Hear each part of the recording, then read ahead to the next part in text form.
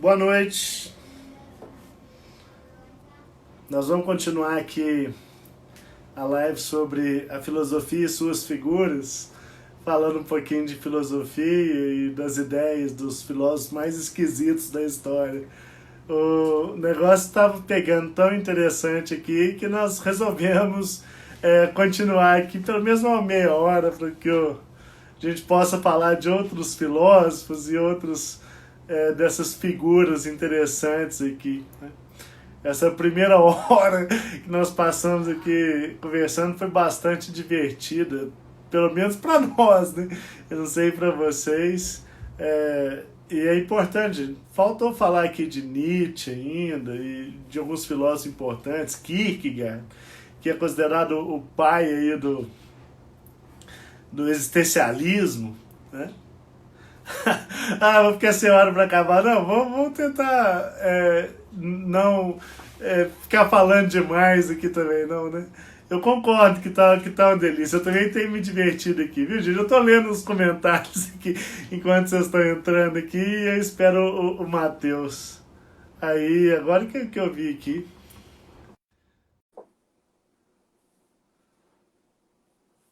Muito bem. Já tá entrando aí, viu, gente? Pra gente... Aí, Matheus. O que está acontecendo aqui? Estamos de volta. Eu acho que eu não estou me vendo. Eu acho porque você tem que tocar. A câmera tá pegando a câmera do fundo do celular. Não? Ah, é? Aí, ó, tá vendo? Caralho, será que eu tô bêbado já? Com 2 cervejas, porra? Uai, eu já tô um pouquinho. E outra coisa, viu, Homero? Você edita, porque eu falo palavrão pra cacete, viu, velho? Então, você tira os palavrão depois, tá? Bom, a live fica gravada na íntegra aqui no IGTV. Tá? Então tá bom. Então, na verdade, foda-se. Então vamos falar palavrão e não tô nem aí. Mas depois a gente edita um pouquinho aqui no Não precisa editar nada. O negócio, velho, é fazer ao vivo o bagulho, saca? Esses caras que ficam editando demais é porque não tem conteúdo porra nenhuma. É que fica editando, não, nós falamos tudo que vem na cabeça, velho, não é? Muito bem. Então, agora que nós temos mais tempo, né, que a gente pode respirar um pouquinho aqui, porque a gente estava numa correria danada para falar daquele tanto de gente ainda. Rapaz! Eu queria começar a falar aqui um pouquinho antes do Nietzsche, que é o Kierkegaard, né, que é aquele filósofo lá de Copenhague. E a história dele também é uma história interessante. Ele era filho de pai protestante, muito careta, comerciante, que queria que ele vivesse uma vida, assim, que ele levasse adiante os negócios da família, claro. Né? E ele vai levar o jovem Kierkegaard, Soren Kierkegaard, para viajar pelo mundo e conhecer os negócios. E o Kierkegaard, a princípio, isso tem a ver com a filosofia dele, porque a princípio ele fala, olha, eu tenho que viver isso mesmo, a fase estética da vida. Física, aproveitar as coisas. Me entregar as boas comidas, as boas bebidas e mulheres más, né? Como ele gostava de dizer. Então ele se entregar nesse mundo que é a fase estética da vida. E depois ele se apaixona por uma moça. E quando ele se apaixona por ela, agora eu tenho que ser correto, né? A fase ética da vida, o dever, ser correto, aquela coisa toda. E ele entra numa de ser tão correto, que ele termina o relacionamento com a moça. E entra em desespero, que vai escrever esses livros dele lá, O Desespero Humano. Aliás, como é que é? Primeiro diário de um sedutor. Que ele fala da vida dele com ela. E tem o Dom Juan. Tem o Dom Juan como ilustração desse estágio estético, né? Isso, é o Dom Juan? E no final das contas, ele entra numas tão pesadas na cabeça, um desespero tão grande, que ele entra numas de um salto na... Como é que ele fala? A fé é um salto no abismo, né? É um salto na escuridão. Ele acha isso mesmo, né? A fé e não dá. Por isso que ele vai ser um grande inimigo teórico do Hegel também, igual Schopenhauer, né? Porque o Hegel acredita na teleologia, né? um palavrão filosófico, né? Existe um telos, um caminho da história, né? o Kierkegaard vai falar, não, velho, não existe e não é racional, né? Não é racional. Tem mulher, sim, eu vou falar, viu? Da Hipátia. Tem várias mulheres. Perguntaram aqui para nós. Simone de Beauvoir ainda. Simone, a Hannah Arendt, né? Eu perdi meu raciocínio, caralho. Eu já tava no Kierkegaard, lá no Salto, na Fé. No Salto, Então, o Hegel, ele tava falando mal do Hegel. Eles já não estavam falando mal do Hegel. O Hegel, todo mundo falou mal dele, na verdade. Né? Então, porque ele era tido... O Marx, todo mundo falou mal do Hegel. Ele era tido como um filósofo oficial da pátria germânica, o Hegel, né? Então ele era vidraça mesmo, né? Mas aí o Kierkegaard, ele vai partir, ele vai conversar com uma aposta que na verdade não é dele, é do Pascal, né? Que você já conhece a famosíssima aposta do Pascal. E aí eu vou voltar porque é importante isso, né? O Pascal disse o seguinte para nós. Olha só, velho. Eu vou usar linguagem de fim de semana tomando Kaiser, tá? Olha só. Kaiser é foda, não dá pra tomar, né? Deus, suponhamos, você pode assim escolher, Deus existe ou não existe. Mas se você apostar na não existência de Deus, né, e ele existir depois, na hora que você morrer, você tá ferrado. Você tá ferrado, velho. Então é melhor, diz o Pascal, é melhor apostar na existência de Deus, né? Porque mesmo que chegar lá e não tiver porra nenhuma, você tá de boa, não vai acontecer nada, né? Agora, já era, você não tem nem consciência disso. É óbvio que o Nietzsche vai dizer que essa aposta é uma falácia, né? É evidente, né? Porque se você aposta na existência de Deus, você está deixando de viver N coisas, vai dizer o Nietzsche, né? Mas o Pascal vai dizer, não, velho, você está de boa aí, então já era, né? Mas voltando ao Kierkegaard. Quem crê tem vantagem, né? Porque se chegar lá e tiver alguma coisa, você vai ter que responder por isso. Então, você nunca ninguém falou assim pra você, né? Ó, velho, você fica aí zoando, já pensou se tiver um barbudo lá te esperando? Tá fudido, mano. Né? Não, que é isso, né? Eu costumo dizer, Matheus, que eu sou assim, um ateu nas horas vagas, mas um cristão nas horas de desespero, sabe? No desespero. Com o avião cristão. Caindo, né? Caralho. Não, com tudo que acontece de ruim, oh Jesus, né? Mas nós então, agora, por exemplo, tranquilo. O Nietzsche fala, né? Tem uma frase do Nietzsche que inclusive eu usei no meu mestrado, né? Não nos desvencilharemos de Deus enquanto ainda acreditarmos na gramática. Que é exatamente isso, né? Nós estamos tão embrenhados da linguagem metafísica, né, que a gente nem percebe, né, que a metafísica ela condiciona a nossa vida, né? E é isso que o Kierkegaard diz. A única saída é a saída metafísica, que é a saída da fé. A Vivian está falando que ela pensa que se Deus existe, nós estamos no lucro. Eu concordo, Vivian. Se morrer do lado de lá tiver alguma coisa, ótimo. Ó, vamos curtir do lado de lá, né, Matheus? E outra também, viu? Só não quer prestar conta, mas se do lado de lá tiver alguma coisa, eu acho ótimo.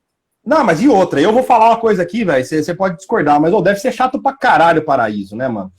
Você vai ficar lá fazendo o quê, velho? Na eternidade, ouvindo flauta, ouvindo harpa? Matheus, o Mark Twain, aquele escritor americano, sensacional, as aventuras de Huckleberry Finn e tal. O Mark Twain falava assim, que eu prefiro o céu pelo clima e o inferno pela companhia. Rapaz. E outra, né, cara? Se a gente for concordar com o Dante na Divina Comédia, eu vou estar com Platão, eu vou estar com o Heráclito, né?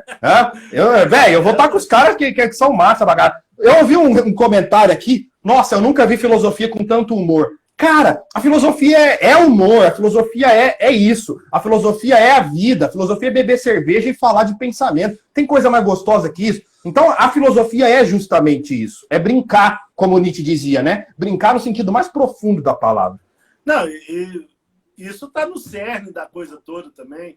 As crianças é que fazem questões como Sócrates fazia. Por quê? Por quê? Por quê? Por quê? Nós desaprendemos a duvidar das coisas. Então, é que a gente duvida de tudo, questiona tudo. Ninguém mais filósofo que as crianças.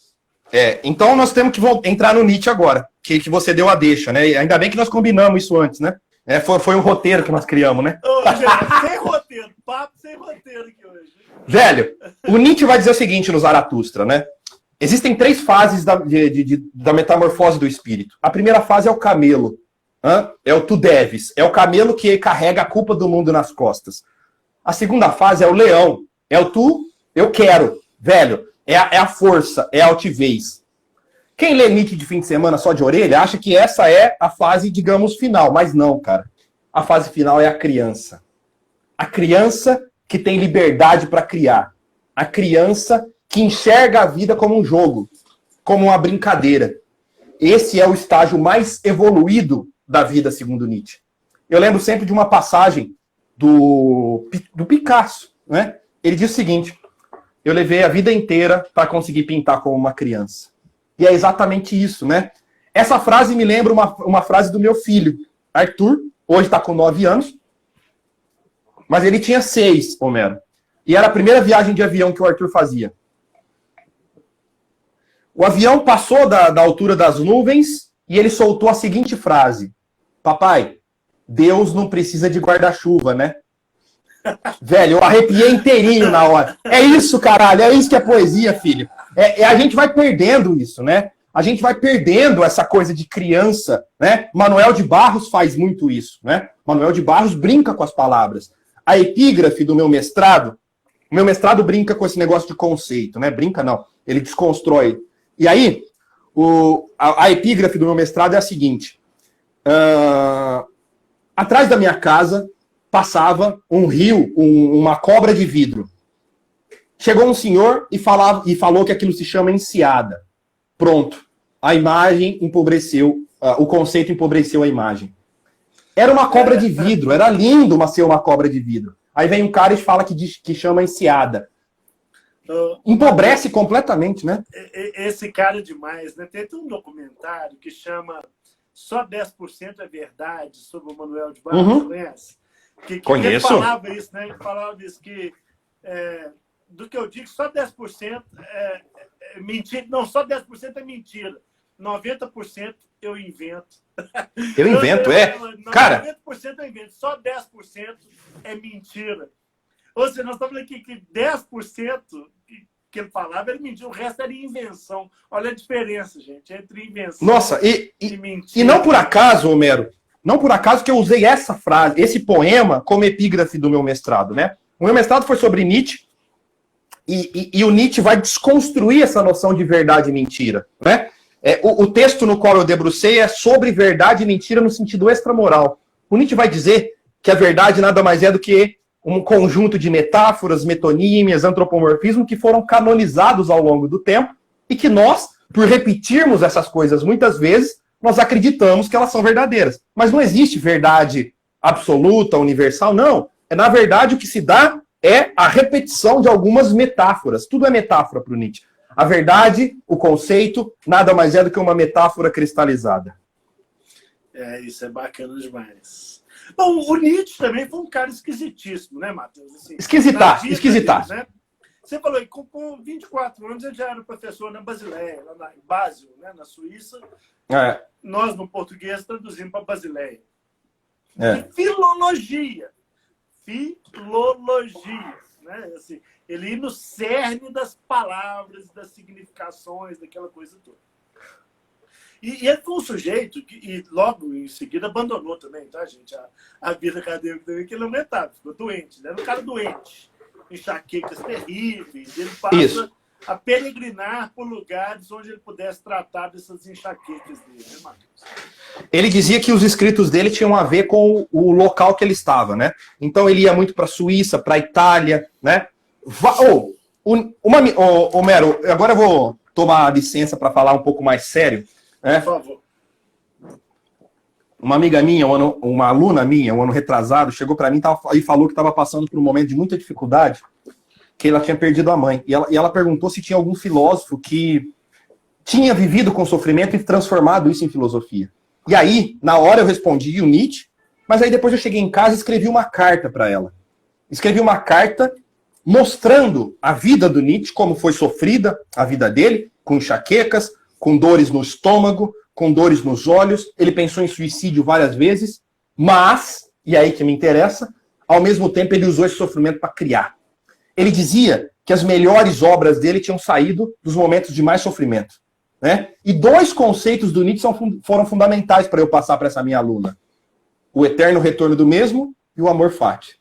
O eterno retorno do mesmo, Nietzsche pergunta assim para a gente: Você teria coragem de repetir a sua vida exatamente como ela é, nesse exato momento? Assim, tudo que você viveu, você teria coragem? Se a resposta é negativa, meu amigo, você tem que rever o que você está fazendo da sua vida. Nietzsche não está mandando você ruminar o passado, né? Ele está mandando você escolher daqui para frente. O eterno retorno é uma navalha existencial. Mas existem coisas que são imutáveis, são inexoráveis. E aí entra o desdobramento do eterno retorno, que é o amor fati. Amor fati em latim é ame os fatos. Ame o fato das coisas que são imutáveis, né? E aí eu dou um exemplo, assim, trágico. Você pensa na pessoa que você mais ama. Pensa que essa pessoa vai morrer, independente da sua vontade. O que o Nietzsche diz? Ame o fato dessa pessoa morrer. E o que significa amar o fato dela morrer? Viver intensamente o aqui e o agora. É isso que te resta. É viver o agora com essa pessoa. E é isso que o Nietzsche nos diz. Ame a vida. Ame o aqui e o agora. Larga a mão de ser niilista, diz o Nietzsche, né? E a vida dele, bicho, foi muito foda. Aliás, os problemas de estômago nele, agora voltando para a zoeira, os problemas de estômago, ele achava que ele ia tratar com frutas, né? Ele foi um comedor de frutas contumaz. Só que as frutas pioravam o bagulho do estômago dele, né, mano? Ele não sabia disso. E aí ele passou a ter muito mais problemas do estômago. E aí, ele morreu 10 anos depois de ter entrado em colapso mental. Abraçado um cavalo na Praça Ele entrou em colapso no dia em que ele abraçou um cavalo, o cara tava chicoteando o cavalo com muita força e ele ficou muito puto, né? Depois disso ele não voltou mais a si. Mas o que me interessa dessa história, e também agora é uma coisa séria, né? É que a irmã do Nietzsche, né, Elizabeth Foster Nietzsche, ela se apropriou de alguns fragmentos do Nietzsche e publicou uma obra, sem autorização dele, evidentemente, né? Distorcida, chamada Vontade de Potência. O Nietzsche queria publicar uma obra com esse título. Só que ela publicou de maneira completamente distorcida. E aí, o Nietzsche foi usado... Né? Exato. Ele foi usado por pré-nazistas e pelo próprio Hitler. Aí ela foi casada com um antissemita, né? Que, aliás, veio morrer aqui no Paraguai. Não sei se você sabe dessa, né? O marido dela veio morrer aqui no Paraguai. O próprio Nietzsche, o próprio Hitler criou lá o arquivo Nietzsche, né? Que foi usado como essas ideias, né, do super-homem, como supremacista naquela época, essa coisa toda. Que absolutamente não tem nada de respaldo na obra nietzschiana. Nada, zero. Isso eu falo com toda segurança, porque eu conheço a obra do Nietzsche de cabo a rabo. Não tem uma passagem que diga, porra, o Nietzsche é antissemita. Ele critica o judaísmo e o cristianismo enquanto religiões. É outra coisa. Absolutamente nenhuma crítica aos judeus ou a extermínio, nada disso, né? Então, a gente tem que tomar muito cuidado com algumas interpretações. Esse mal-entendido, Homero, só foi resolvido na década de 60 do século XX. 70 anos depois, né? Com 2 italianos, né? Um deles é o Montinari, que refez a trajetória nietzschiana. Pô, caralho, isso aqui não é do Nietzsche, né? E desfez esse mal-entendido. Ele é um autor até hoje também que causa estragos nas cabeças das pessoas, né, Matheus? Até hoje o Nietzsche causa estragos. Nossa, eu sei lá, eu gosto muito do Além do Bem e do Mal. Ele está aqui atrás de mim, me dá licença. Eu já deixo ele mais à mão aqui, sabe? Porque, olha como é que está marcado. Né? Ele tem post-it, tá amarelado, tão antigo, das passagens que eu pego do Nietzsche. Eu vou ler só uma rapidinho aqui. Deixa eu escolher uma aqui.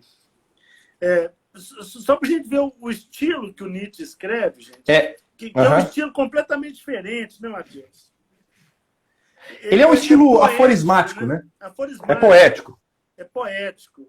Não é filosofia. Aliás, enquanto você acha aí, o Zaratustra, que ele considerava a principal obra dele, é um romance filosófico, na verdade. Ele tem personagem, ele tem enredo, né? Então o Nietzsche vai dizer que é só a arte. Aliás, tá tatuado aqui, né? Ó, a vida só se justifica como fenômeno estético, né? Ou seja, O Nietzsche vai dizer que a vida é arte. Então, para eu fazer filosofia de verdade, é só por meio da estética, é só por meio da arte. Essa é a verdadeira filosofia. Olha só, gente, eu vou me permitir uma citação, então eu não tô contra. Eu falo isso com os meus alunos, tá, Matheus? Um dia alguém falou comigo assim, nossa, mas você é cheio de frase feita. Aí eu pensei bem se tem mais uma frase feita. Falei, antes um homem de frases feitas do que um homem sem frases. Olha que bonito. Ô, Homero, se eu gostasse... Alguém, mas eu não citei nada, tá? Se eu gostasse, eu namoraria com você, viu?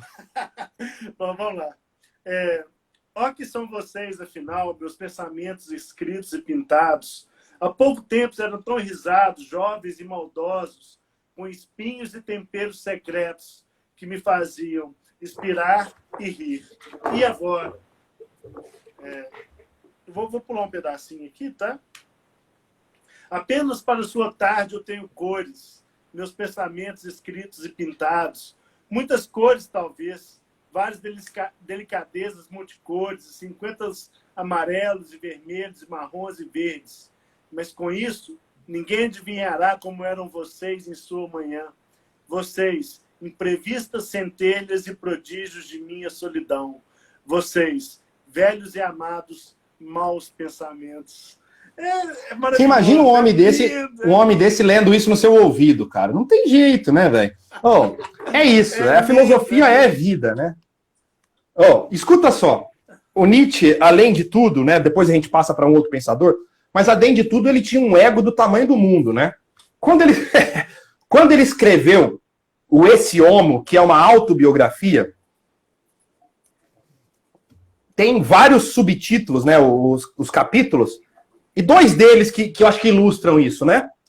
Por que escrevo livros tão bons e por que sou tão inteligente? Ele vai tentar justificar, ele é um homem inteligente. Aliás, estou aqui para indicar um filme do Júlio Bressani, né? Não sei se você já assistiu esse, que é maravilhoso. Dias de Nietzsche em Turim. Maravilhoso. Eu assim, recomendo veementemente. Né? Eu recomendo o Cavalo de Nietzsche, do Belatar. Também, que é outro espetacular. É maravilhoso. Em preto e branco também, assim, lindíssimo. Não tem nada a ver com o Nietzsche. Tem ou não tem? Bom. Eu quero voltar no Spinoza, cara, que é um homem que eu amo. E também esquisitíssimo, Spinoza. Esquisitíssimo. Olha só, o meu orientador é um dos maiores, que foi orientador do meu mestrado e vai ser no meu doutorado, é um dos maiores especialistas em Nietzsche no Brasil, né? Oswaldo Giacoia, para quem quiser procurar vídeos dele, tem muitos aí, né? E ele dizia o seguinte, que na verdade ele tinha escutado o Steinmeier. Ele dizia o seguinte, Spinoza menos Deus é igual a Nietzsche. Né? E é muito próximo o pensamento dos dois, mas o Spinoza ainda tem uma metafísica imanente, ele tem uma coisa de Deus, né? Eu sou um grande admirador do pensamento de Spinoza, mas hoje aqui nós estamos falando da vida dele, né? E vamos falar de uma coisa trágica, né? Ele vai descer o cacete na religião tradicional e vai ser excomungado, né? Do judaísmo, do círculo judaico dele, né? E aí, ele precisa ganhar dinheiro, né? E ele vai ganhar dinheiro como?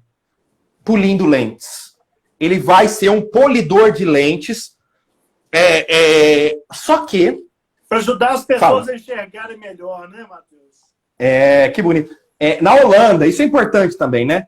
Porque eu sempre pego o país de nascimento do pensador, Homero. Importante. Nessa época, nós temos a Inglaterra e a França ali disputando. A Inglaterra mais empirista, o Francis Bacon, o Locke, o Hobbes. E nós temos a França com Descartes, enfim.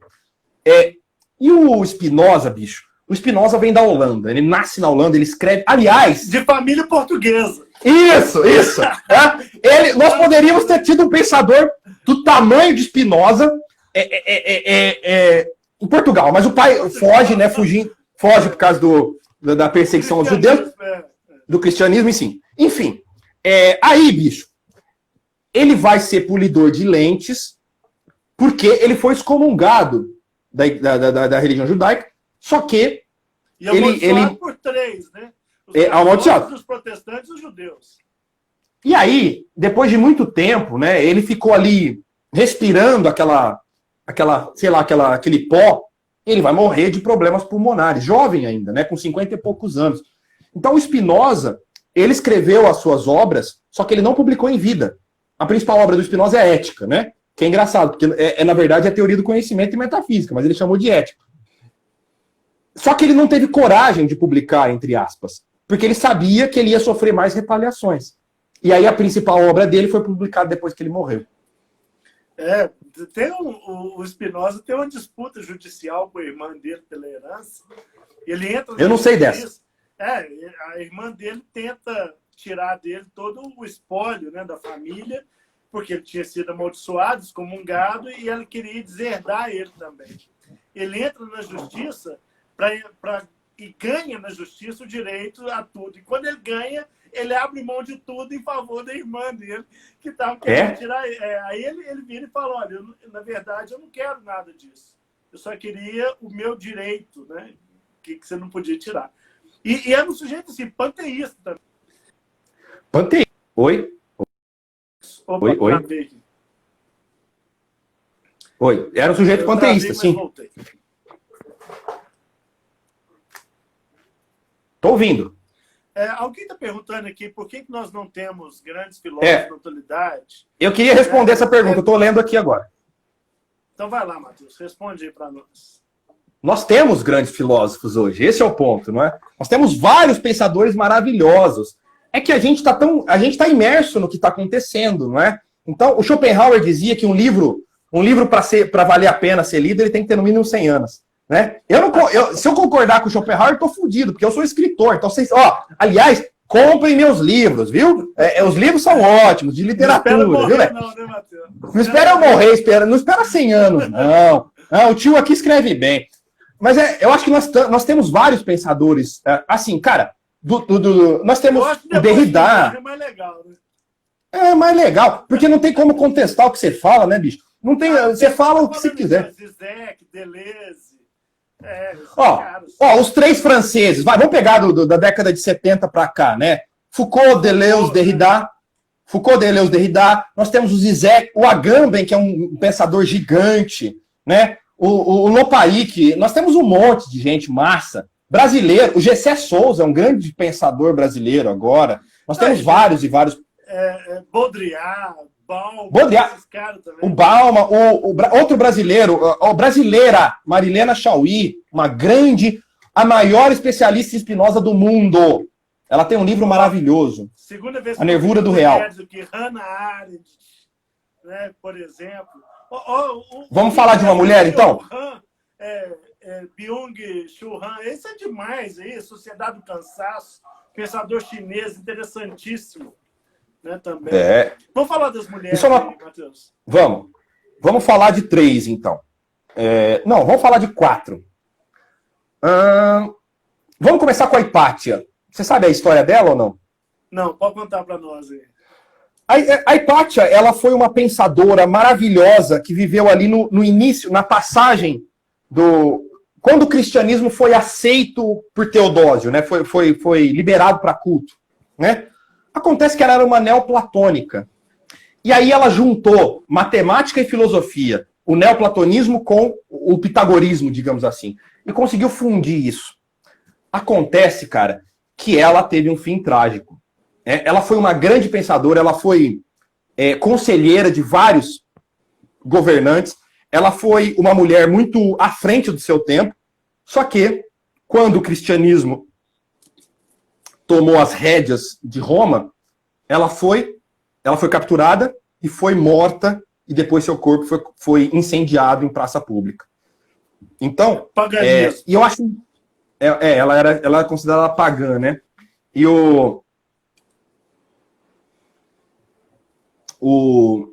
a gente tem vários exemplos, né, de pensadores que, digamos, não servem ao status quo e são queimados, ou, enfim, são obrigados a rever o seu pensamento, etc., né? Mas eu começo com Sócrates, Jesus Cristo, e um monte de outros. Jesus Cristo? né? Que história tem a ver com Sócrates também, viu, gente? Era um sujeito que nunca escreveu nada, era cercado de discípulos, falava para o povo questionar as coisas. Tem muito a ver com ele também, assim. E duas mulheres do século XX que são fundamentais, né, cara? Que é a Simone de Beauvoir e a Hannah Arendt, né? A gente falou um pouquinho da Simone, mas é importante a gente ressaltar que ela, como pensadora, ela independe do Sartre, né? Ela é uma pensadora gigantesca. Ela juntou, vamos dizer assim, ela fez uma intersecção entre o existencialismo sartriano e as questões da sexualidade. O livro dela, O Segundo Sexo, é uma coisa maravilhosa, né? Fundamental para entender o século XX. Ela é a matrona do feminismo, né? Tem uma junção assim, bastante estranha também que ela consegue fazer, que é entre a psicanálise de Freud e Marx, né? Assim, também, que a Simone de Beauvoir também vai ser ótima nisso. Aliás, saindo um pouco das mulheres, depois a gente volta na Hannah Arendt, vários pensadores fizeram essa síntese, né, entre Marx e Freud. Um maravilhoso, que não é tão famoso quanto os outros da escola de Frankfurt, é o Marcuse, né? O Marcuse que escreveu Eros e Civilização, bicho, que é uma tentativa... O homem unidimensional, que também é muito potente. É maravilhoso. E eu acho que ele não tem o reconhecimento que tem o Adorno, por exemplo, e o Horkheimer, né? Eu acho que ele deveria ter mais. Ele já foi muito importante no final da década de 60. Ele é da geração seguinte, né? Ele era um caçula ali da escola de Frankfurt. E quando ele vai para os Estados Unidos, ele vai para a Califórnia, que é diferente, né? O Adorno e o Horkheimer vão para Colômbia, né? Em Nova York, consegue uma projeção maior que o Marcuse. O Marcuse ele vai ganhar uma projeção posteriormente, com a geração beatnik e depois os hippies, aí Angela Davis, todo mundo aí. Não, mas ele foi muito importante no maio de 68, né? Ele, o Foucault, o Sartre, né? Mas eu acho que ele perdeu, não sei, essa é uma impressão que eu tenho também, né? Vamos voltar às mulheres, a Hannah Arendt. Não teve tanto notoriedade, mas é um sujeito bastante interessante, Marcos. Muito interessante, né? A Hannah Arendt tem a história dela com o Heidegger, é interessante você falar também. É interessantíssimo, cara, porque Hannah Arendt é uma das maiores pensadoras do século XX. Ela é liberal, né?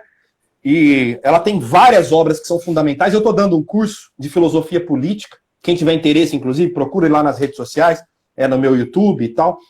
E eu uso muito a Hannah Arendt para falar do século XX, porque ela faz uma aproximação entre o nazismo e o stalinismo. Ela diz que os sistemas totalitários eles têm a mesma raiz. E ela vai dissecar isso ao longo as origens do totalitarismo, né? A vida dela, tem um filme que saiu em 2015 ou 2016, não me lembro agora, que é maravilhoso, né? Um filme... chama Hannah, né? Hannah. Quem puder assistir, que está nos assistindo aqui, assista, que vale muito a pena. Que fala muito da banalidade do mal, né, Matheus? Então, vamos falar desse conceito. Mas vamos falar da banalidade do mal, mas antes eu quero falar do caso dela com o Heidegger. Sim. O Heidegger, cara, para entender a profundidade disso, nós temos que entender o que o Heidegger fez, né? E o Heidegger, nos primeiros anos do nazismo, ele aderiu ao sistema. Ele foi reitor de uma universidade nomeada pelo Hitler. E a Hannah Arendt era judia, cara. E ela foi orientanda do Heidegger de doutorado, né? E eles começaram a ter um caso. O Heidegger era casado, né? E o Heidegger era esquisitíssimo também. Ele vivia na Floresta Negra, ele não gostava de gente, né? Embora eles tenham sem água encanada, viu, gente? Tem umas fotos sensacionais do Heidegger buscando água na bica, que eu penso, parece que morando aqui no sertão de Minas, aqui, buscando água na bica. Mas, Matheus, é interessante pensar o seguinte, que ele era muito mais velho que ela era uma menina e judia, né? Então, e aí, cara, ele foi... Depois, assim, quando a gente tem que pensar o nazismo em várias fases, né? Na década de 30, 32, 33, né, quando o Hitler subiu, até 36, 37, não se tinha uma noção exata do que era. Eu tô falando um homem médio, não é?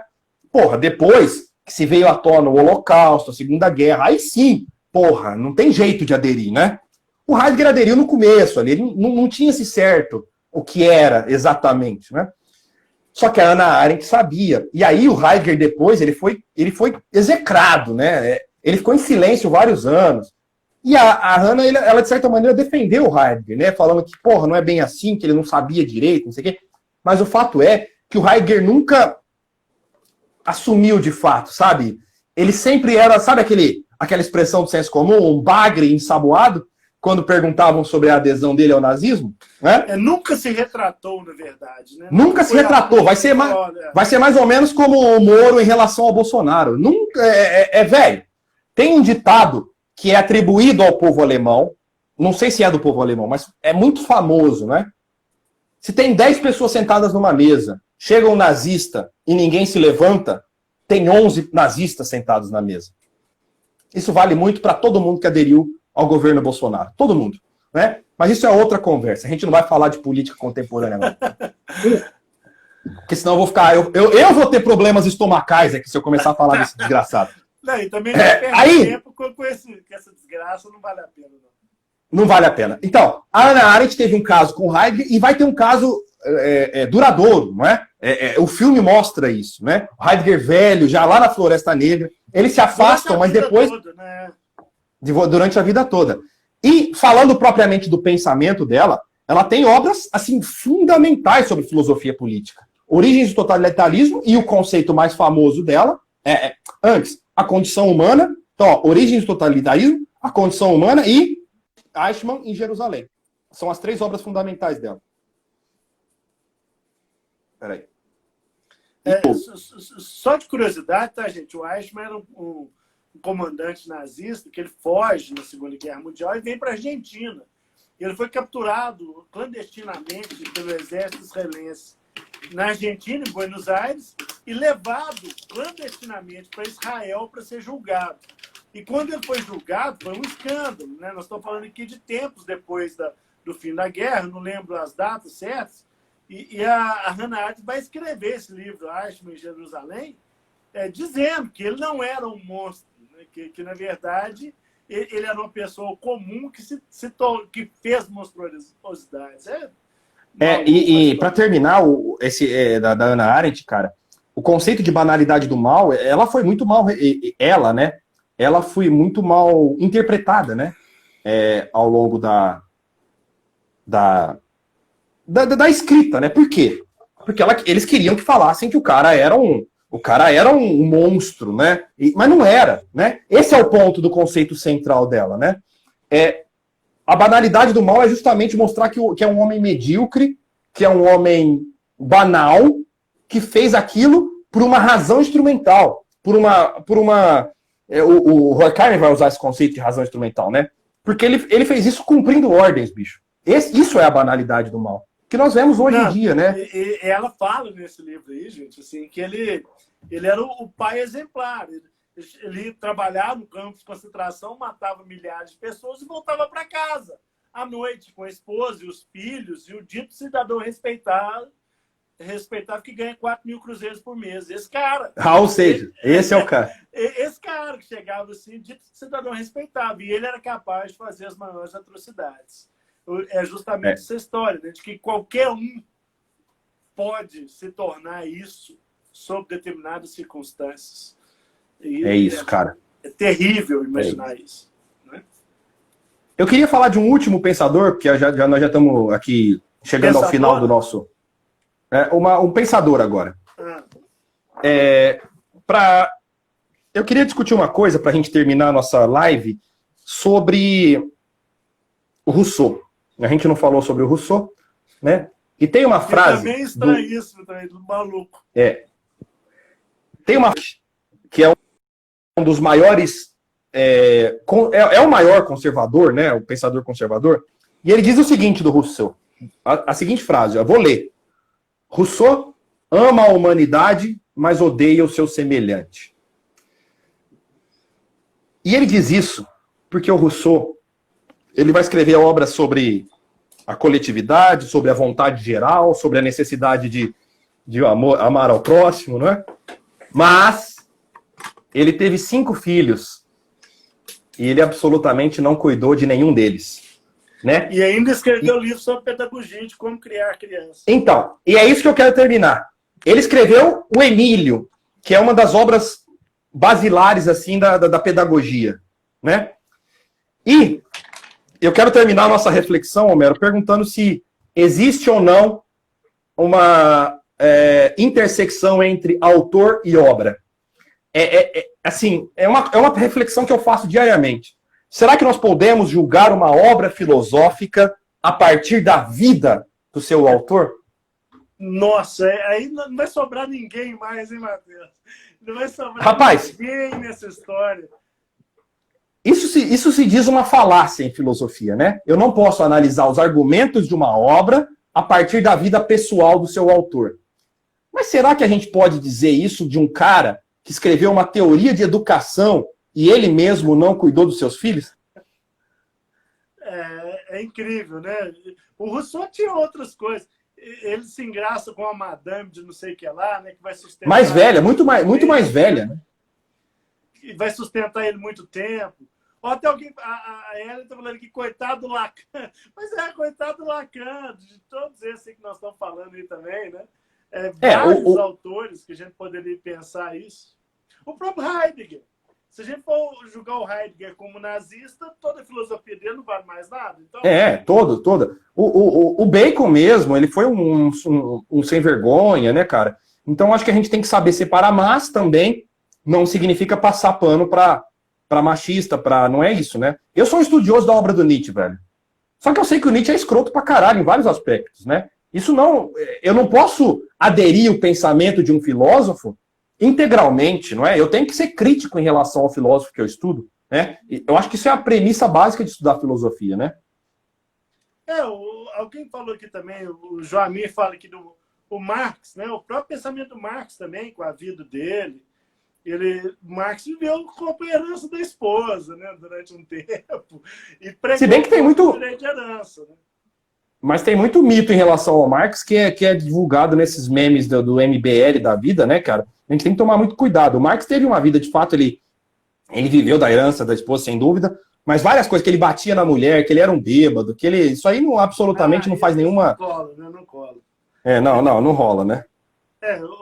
O Marx, assim, ele definitivamente não era um santo, né? Mas não era, mas ainda bem que não era, né? Porque, porra, ser santo é chato pra caralho, né, velho? Ai, chato demais. Bom, Matheus, vamos chegando aí no final dessa segunda etapa aqui. Já tem aqui quase 2 horas que nós estamos falando aqui. Nossa Senhora.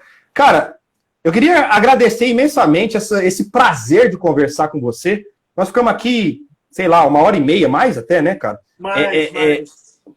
E foi maravilhoso. E vamos pensar nessa ideia do podcast, vamos pensar em outras coisas, porque foi ótimo, cara.